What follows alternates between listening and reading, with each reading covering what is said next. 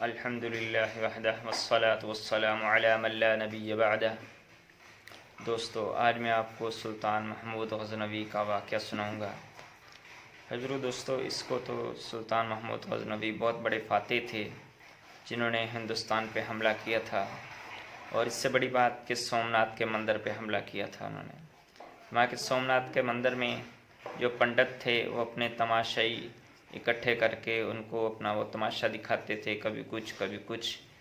تو فرمایا کہ جب سلطان محمود غزنوی نے اپنی فوج کو قلعے کے اندر داخل کیا تو فوج جیسے ہی قلعے کے اندر داخل ہوئی تو جو پنڈت تھے انہوں نے ڈرانا شروع کیا کہ یہ ہمارا خدا ہے، یہ آپ کو برباد کر دے گا، آپ کو تہس نہس کر دے گا، یہ ہو جائے گا، فلاں ہو جائے گا۔ فرمایا کہ فوج صلاح الدین ایوبی کے حکم سے قلعے کے اندر داخل ہوئی۔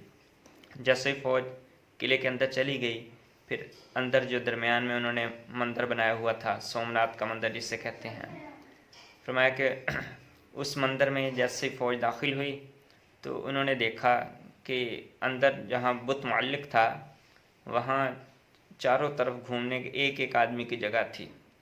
آدمی جس طرف سے جاتا بت اس طرف جھک جاتا، سامنے جاتا تو سامنے کی طرف جھک جاتا، پیچھے ہوتا پیچھے کی طرف جھک جاتا۔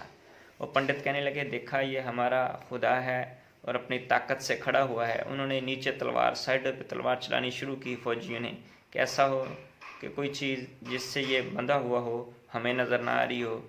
تو فرمایا کہ کوئی چیز نہیں تھی جس سے بندھا ہوا، ہوا میں کھڑا تھا۔ تو وہ پنڈت کہنے لگے، یہ اپنی طاقت سے کھڑا ہے تو آپ لہٰذا یہاں سے چلے جاؤ، اپنی فوجیں نکال لو، یہ ہو جائے گا، وہ ہو جائے گا۔ فرمایا کہ فوج ڈر کے باہر نکلی تو صلاح الدین ایوبی پیچھے تھے، انہوں نے فوج سے پوچھا کیا ہوا؟ وہ کہنے لگے کہ سلطان ایسے ہے کہ اندر بت ہے، وہ ہوا میں معلق ہے، اور یہ پنڈت کہہ رہے ہیں وہ اپنی طاقت سے کھڑا ہوا ہے، تو اگر آپ نے اس کو کچھ کہا تو یہ آپ کو تہس نہس کر دے گا، یہ کر دے گا، وہ کر دے گا۔ تو سلطان محمود غزنوی جب اندر گیا تو فرمایا کہ انہوں نے دیکھا کہ جب وہ چاروں طرف گھومے، وہ جس طرف سے گھوم رہے تھے، جس طرف جاتے وہ اس طرف جھک جاتا، سامنے جاتے سامنے کی طرف جھک جاتا۔ تو وہ کہنے لگے، سلطان کو کہنے لگے، سلطان محمود غزنوی کو، کہ دیکھا آپ اپنی فوجیں لے کے چلے جاؤ ورنہ یہ آپ کو ہمارا رب یہ کر دے گا، وہ کر دے گا۔ اور اس مندر کے اندر چاروں طرف انہوں نے سونے کی زنجیریں لگائی ہوئی تھیں، ہیرے جواہرات، سونا چاندی، یہ وہ۔ تو سلطان محمود غزنوی نے ایک جو پرانی عمر کا پنڈت تھا اسے پکڑ کے باہر لے گیا اور لٹایا، اس کی گردن پہ تلوار رکھی اور اس کو کہا کہ اس کا راز بتا۔ پہلے تو وہ کہنے لگا کہ نہیں یہ اپنی طاقت سے کھڑا ہے، یہ وہ۔ جب سلطان محمود غزنوی نے تلوار نکالی، اس کی گردن پہ رکھ دی تو وہ کہنے لگا نہیں رکو میں بتاتا ہوں۔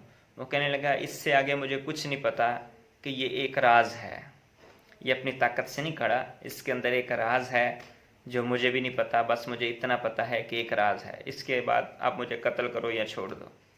سلطان محمود غزنوی نے اسے چھوڑ دیا۔ پھر سلطان اندر گئے اور چکر لگایا، پھر اس کے بعد باہر آئے اور اپنے فوجیوں کو کہا کہ اس کی چھت پہ چڑھ جاؤ۔ فوجی چھت پہ چڑھ گئے، جیسے اس کی چھت کو اکھاڑا اور وہ بت دھڑم سے نیچے گرا۔ تو فرمایا کہ چاروں طرف فوج نے اللہ اکبر کا نعرہ لگایا۔ فرمایا کہ اس کے بعد جو وہاں پنڈت تھے انہوں نے کہا کہ آپ تھوڑے سے آدمی، 20-21 آدمی جو اندر ہو مندر کے، تو باقی سارے باہر ہیں، ان کو تو اس واقعے کا علم نہیں، آپ کو پتہ ہے، آپ ایسا کرو کہ یہ واقعہ، یہ راز فاش نہ ہو، یہ باہر نہ جائے، تو آپ سارے کا سارا سونا لے لو، یہ جتنا بھی اندر ہے۔ فرمایا کہ ایک زنجیر لگی تھی جو 120 ٹن وزنی زنجیر تھی، اور اس کے اندر سونا ہی سونا بھرا ہوا تھا۔ دوستو، ان بدبختوں نے کیا کیا ہوا تھا کہ ایک ہی پاور کے میگنیٹ چھت پہ، نیچے زمین پہ، دیواروں پہ لگائے ہوئے تھے۔ جب وہ آدمی گھومتا تھا، جس طرف سے گھومتا اس کا وہ پاور کم ہوتی تو اس طرف جھک جاتا، ایسے گرنے کا کرتا کہ ابھی گرنے لگا، تو پیچھے کو جاتا، پیچھے کی طرف، سائڈ کو جاتا، اس طرف جھک جاتا۔ تو میں کہ جب وہ چھت کو اکھاڑا گیا نا تو اس کی پاور اوپر سے کم ہوئی تو دھڑم سے نیچے گرا، ایک دیوار اور گر گیا، پھر بالکل نیچے گر گیا۔ تو دوستو، یہ انہوں نے اپنے وہ ڈرامے لگائے ہوئے تھے اور لوگوں کو گمراہ کر رہے تھے۔ میں کہ سلطان محمود غزنوی نے اس کو جب ختم کیا تو وہ کہنے لگے کہ اب سارے کا سارا سونا چاندی سب کچھ لے لو اور یہ راز باہر نہیں نکالنا، لوگوں کو پتہ نہ چلے۔ تو محمود غزنوی نے فرمایا، بہت ہی زبردست جملہ فرمایا کہ رہتی دنیا تک لوگ مجھے یاد کریں گے بت شکن کے نام سے، بت توڑنے والا۔ تو اگر میں اس کا سودا کر لوں تو پھر لوگ مجھے جانیں گے یہ بت فروش تھا۔